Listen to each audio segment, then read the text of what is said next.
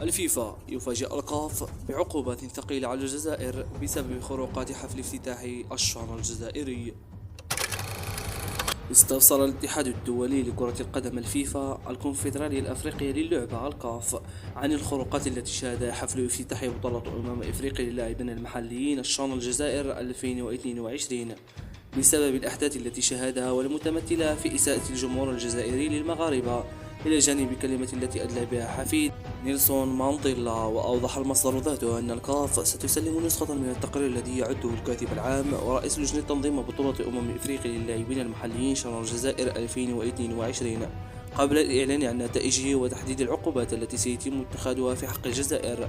هذا وتتعرض الجزائر لانتقادات كبيرة بسبب الأحداث التي رافقت تنظيمها الأسوأ نسخة في الشان.